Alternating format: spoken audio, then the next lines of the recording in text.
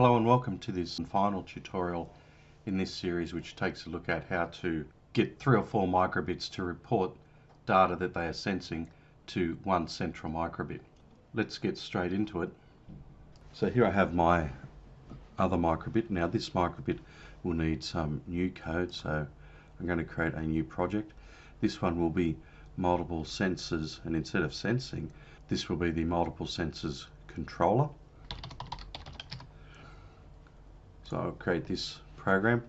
Now again, on start, I need to tell it to connect to the same channel on our radio. So the channel was 15, and again I'm going to go to more and set the transmit power to full, just so that it can receive data from a distance away. Then the other part of this code is, instead of a forever loop, I want it to, if I go to my radio group, notice it's got on radio received name and value. So that's what I'm sending through from the other microbits. So this is what I want. So when I receive a name and a value, I want to print out that name and print out the value. What I'll do first of all is I will just say show.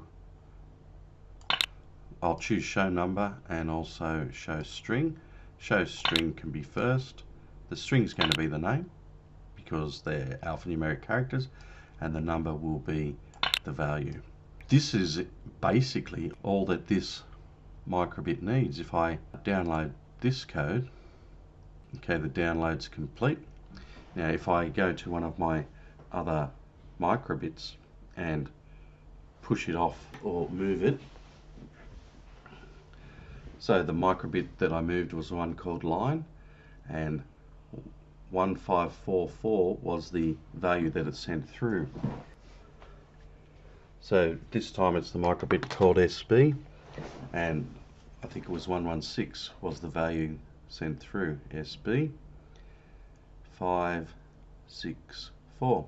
So this time it is the microbit called mission, and it will send through the value that it detects. And you'll notice that it's sending through a few values because it will detect different values as it falls or as something happens to it. Okay, so I could also add into this receiving or controlling microbit code that would allow it to make an alarm sound. Here I have a buzzer, so the buzzer is attached.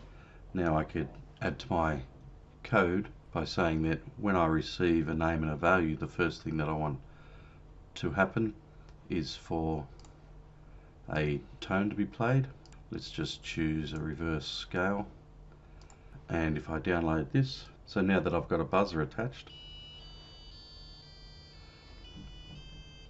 when I receive a message, it tells me the name of the device which sent through the message saying that it detected a movement and the value associated with it.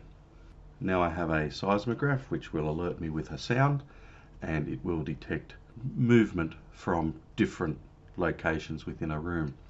This could also be used to detect things like erosion, and we could change it completely so that it detects different temperature levels from around a room. So there's a few ideas to get you thinking about how else you could use the microbit in your classrooms. Thanks for watching.